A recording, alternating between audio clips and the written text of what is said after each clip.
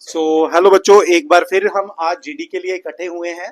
तो सबसे पहले मैं आज प्रेजेंट स्टूडेंट्स की इंट्रोडक्शन करा देता हूं। सबसे पहले सुप्रीत, अनिका गुप्ता, सुधांशु और ध्रुव। और उसके बाद मही बैठे हुए हैं, साथ है अभिजोत और आरव, सत्यम शर्मा, रश्मीत सिंह, जशनप्रीत सिंह। आज हम टॉपिक डिस्कस कर रहे हैं जो अभी जो करंट टॉपिक चल रहा है, इजराइल और ईरान के बीच का जो कन्फ्लिक्ट है, उस कन्फ्लिक्ट पर हम डिस्कशन करेंगे कि क्या ये जो कन्फ्लिक्ट हो रहा है, क्या इजराइल का पॉइंट जस्टिफाई होता है, इसमें यूएन का क्या रोल रहेगा, बाकी कंट्रीज को कैसे मीडिएट करके इस चीज को रोकना चाहिए ताकि एक सिविलाइजेशन को खतरा ना हो, पूरी इंसानियत को खतरा ना हो। क्योंकि वार किसी भी चीज का सोल्यूशन नहीं होता। क्या बैठ के हम इस चीज को मीडिएट कर सकते हैं? वन बाय वन सभी बच्चे अपना पॉइंट रखेंगे। Let's start. ओके अनिका, आपने जैसा कि सुना होगा कि इजराइल और ईरान के बीच में एक वार चल रही है, उसका रीजन क्या है? क्या वो रीजन जस्टिफाई होता है इजराइल का? आपका क्या कहना है बच्चे? सर लास्ट ईयर अक्टूबर 24 में जो ईरान है उसने मिसाइल लॉन्च की थी इजराइल पे। So Israel has its own क्या कहते हैं, it has own right to defend itself and Iran has really open nuclear program. So it is very important for Israel to defend itself. So in response to that, Israel replied to Iran in June 25, so that they can also get their right. Okay, तो यानी कि उन्होंने सबसे पहले जो missile launch की थी उसके रिस्पांस में इजराइल ने उन पे अटैक किया। Yes. तो क्या ये पॉइंट उनका जस्टिफाई होता है? ईरान अगर अपने न्यूक्लियर स्टेशन लॉन्च कर रहा है, न्यूक्लियर प्रोजेक्ट, तो क्या उसको हक नहीं है या उसको नहीं लॉन्च करना चाहिए? आपका क्या कहना है? सर वॉर जो है वो कहीं ना कहीं कंट्री को इफ़ेक्ट तो करेगा, क्योंकि वॉर ही हर चीज़ का सल्यूशन नहीं होता। बट क्या कहते हैं, अब ईरान जो है अगर वो बार बार किसी कंट्री को पोक करेगा तो इन रिस्पॉन्स टू दैट तो इजराइल को कुछ ना कुछ तो करना ही पड़ेगा। ओके ध्रुव, आपका क्या पॉइंट है इस पे जो इजराइल और ईरान का वार चल रहा है? तो क्या आप जस्टिफाई करते हैं इजराइल के डिसीजन को? तो अकॉर्डिंग टू मी मैं इजराइल के साथ बिल्कुल भी नहीं हूँ, क्योंकि जब इजराइल ने पहले ही ईरान को बोल दिया था कि आप न्यूक्लियर वाली जो इन्फॉर्मेशन है पहले ही बता दो, तो यूएसए वो उस टाइम पे बात कर रहा था। जब इजराइल ने अटैक किया तो उस टाइम पे बात हो रही थी यूएसए और ईरान की, तो उसके पास कोई हक नहीं था इजराइल के अटैक करने का। तो इजराइल ने जब अटैक किया था तो इजराइल ने ये नहीं वेट नहीं किया कि यूएसए पहले इससे बातचीत कर ले कि न्यूक्स की क्यों न्यूक्स क्यों बना रहे हैं। और जो हमारे ईरान है वो न्यूक्लियर पावर बैंक बना रहा है, ना कि वो न्यूक्स बना रहा है। और ये जो है हमारा ईरान, मतलब आपका कहने का मतलब है कि अभी बातचीत चल रही थी यूएस और ईरान की, तो उस बातचीत के चलते हुए टाइम में ही इजराइल ने अटैक लॉन्च कर दिया। ये गलत है। क्यों वेट कर सकता था, उसने ऐसा किया नहीं। ये जो 1980s में भी ऐसा ही हुआ था इराक के साथ। तो उस टाइम पे क्या किया था, वहाँ पे इजराइल को लगा कि इराक जो है वो हमारा न्यूक बना रहा है, तो उसने यूएस को बोला था, एक बार वापस बोला कि आप बात कर लो, ठीक है। उसने वेट नहीं किया, यूएस बात करने लगा था तो उसने अटैक कर दिया सीधा। फिर बाद में पता चला वहाँ पे कोई न्यूक नहीं, तो बुलशिट एक किया उसने काम यहाँ पे। ये तो एक टाइप ऑफ बुली किया उसने बाकी कंट्रीज को। It means you are not in favor of Israel for launching attack on Yes, sir. Iran.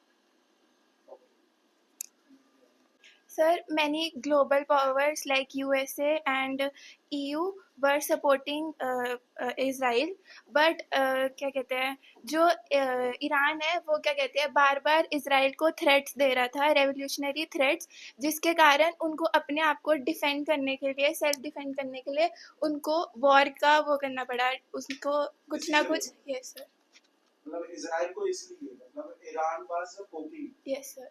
तो जो इसका मतलब you are justifying the decision of Israel for launching attack on Iran. Yes sir. Okay okay Arab, जो अभी conflict चल रहा है Iran और इजराइल के बीच में, एक बहुत ही भयंकर वार चल रही है जो कि कहीं ना कहीं दोनों कंट्रीज को नुकसान पहुंचाएगी और इंसानियत को भी नुकसान पहुंच रहा है। तो इस वार को रोकने के सबसे बड़ी ऑर्गेनाइजेशन जो हमारे पास है यूनाइटेड नेशन, उसका क्या रोल होना चाहिए, इसके बारे में आपका क्या पॉइंट है? सर यूनाइटेड नेशन को सर मतलब बात करानी चाहिए सर, और मतलब इस वॉर को रोकना चाहिए सर, क्योंकि इसकी वजह से सर बहुत कुछ हो जाएगा, मैनकाइंड सर सब कुछ डिस्ट्रॉय हो जाएगा सर। तो फिर यूनाइटेड नेशन को कुछ करना तो चाहिए। कहीं ना कहीं यूनाइटेड नेशन को दोनों कंट्रीज को के बीच में मीडिएट करना चाहिए। Yes sir.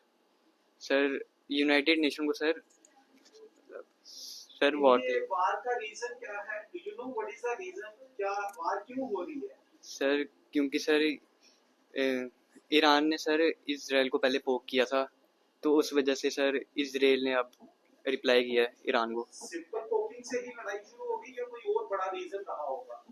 क्योंकि पोक तो कोई भी कर सकता है, तो इतना भयंकर युद्ध होने का कारण सिर्फ सिंपल एक पोकिंग तो नहीं हो सकती। सर गाजा पे भी अटैक किया था, ओके, उस वजह से थोड़ा। तो आपका क्या पॉइंट है? आप क्या यहाँ पर बताना चाहते हैं जो ईरान और इजराइल के बीच में बात चल रही है? What is your point of view? Sir मुझे लगता है कि जो यूनाइटेड नेशन और नाटो है उन्हें लिमिटेशंस लगानी चाहिए दोनों कंट्री पे, ताकि वो एक दूसरे की तरफ ना कोई न्यूक्लियर अटैक करे और ना ही कोई मिसाइल्स वगैरह लॉन्च करे। तो इससे क्या होगा कि दोनों कंट्रीज की मतलब बातचीत भी हो जाएगी और किसी का नुकसान भी नहीं होगा। रश्मित, आप अपना पॉइंट रखें। जो वार चल रही है इजराइल और ईरान के बीच में, सर आपने जैसे पहले बोला था वो ईरान और इसराइल की वार कब से स्टार्ट हुई है? ये वार 1979 में हुई थी, और उनका कोई राजा होता था ईरान का, वो चाहता था कि ईरान सेकुलर स्टेट बने, वो इसराइल को एक कंट्री भी मानता था। और 1979 में एक रेवोल्यूशनरी आया सर, उसका नाम आयतुल्लाह ऐसे कुछ था। सो उसने ईरान को एक इस्लामिक स्टेट बना दिया, और इसराइल को वो नहीं मानता था कि वो एग्जिस्ट करता है। हाँ, और उसने उसके खिलाफ एक शब्द बोला था, डेथ टू इसराइल। और मिडल ईस्ट में ये दोनों देश पड़ते हैं। ईरान चाहता था कि मिडल ईस्ट में बस मैं ही पावरफुल हूँ, और वो टाइम पे एक दो साल बाद इसराइल में अटैक करता था।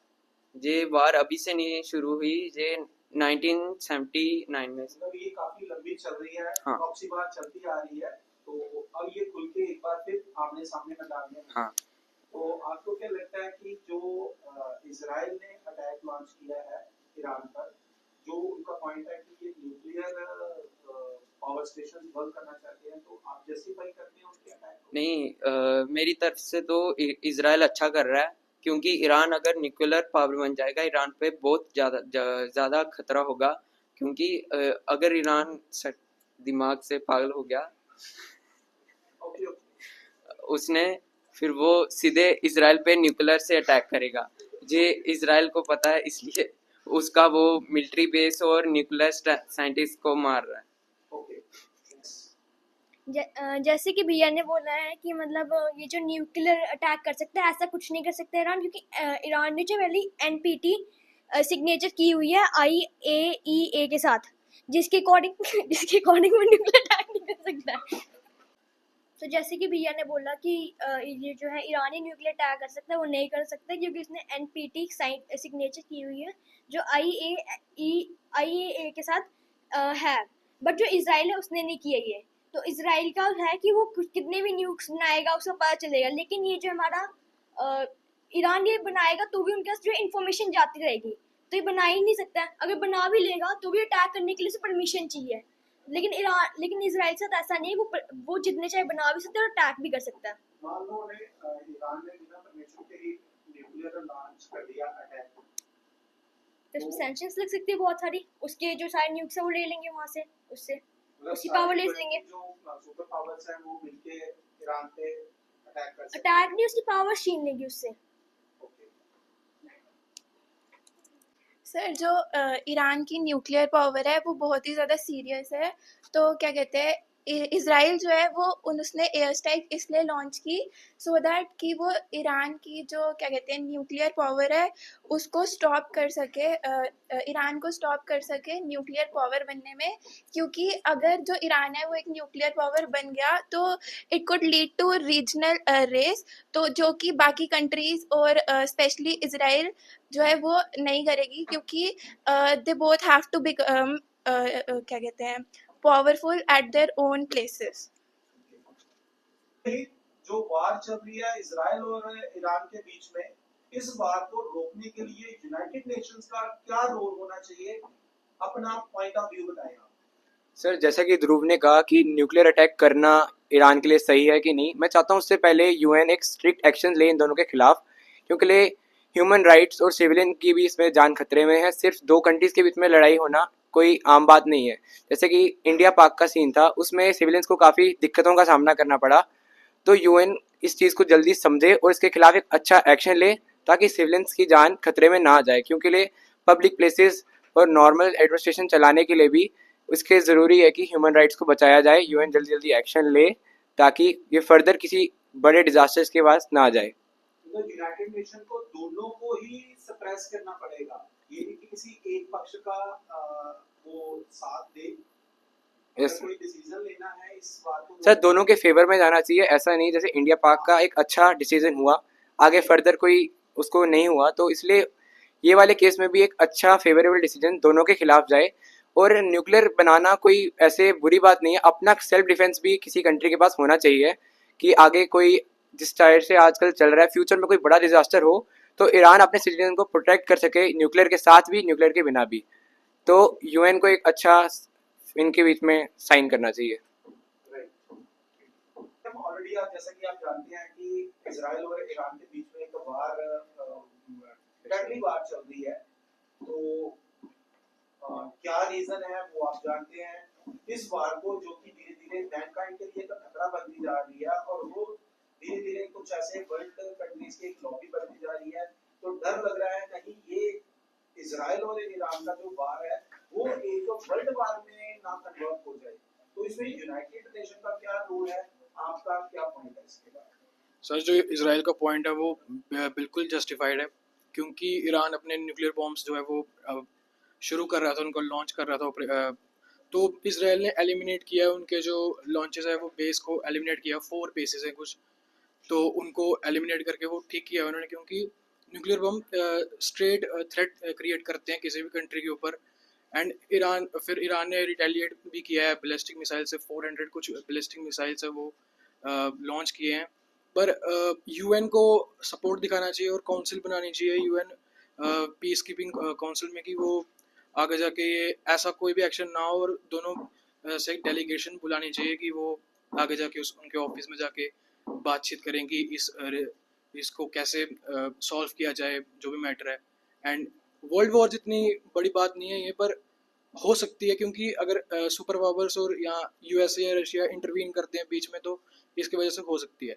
पर यूएन अगर इंटरवीन करता है बीच में तो इससे बहुत फ़र्क पड़ सकता है। एंड लास्ट में यही है कि यूएन अगर बीच में आए तो, नहीं तो अभी तो यूएन का कोई दिख नहीं रहा कि वो आ रहा है बीच में या नहीं।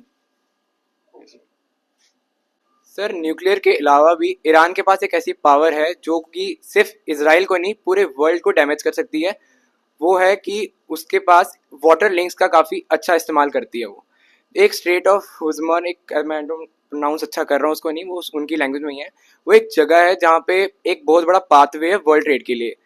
ऑलमोस्ट 80% वर्ल्ड ट्रेड वाटर के थ्रू होती है, सबको पता है। तो इसराइल के पास उस वाटरवे का कंट्रोल है। वहाँ पे per day 90 to 20 billion oil carries या क्रूड ऑयल वगैरह all of the world travel करता है। तो अगर वो जगह इसराइल के कंट्रोल में है और कोई और एक्सटर्नल चीज़ जैसे यूएन या अमेरिका उसका सेटलमेंट नहीं करती, तो ये सिर्फ और सिर्फ जो कि हमारा वॉर में अपना इकोनॉमी बहुत ज़्यादा डाउन होगी, ना सिर्फ इसराइल और उनका, पूरा एशिया का, क्योंकि जब तक क्रूड ऑयल या ऑयल सप्लाई पूरे एशिया में नहीं आएगा तो ये सिर्फ एक नॉर्मल लड़ाई की जगह वर्ल्ड वॉर बनना बहुत आसान, मतलब सारे इसमें पॉइंट्स आ रहे हैं वैलिड कि वर्ल्ड वॉर जा सकता है।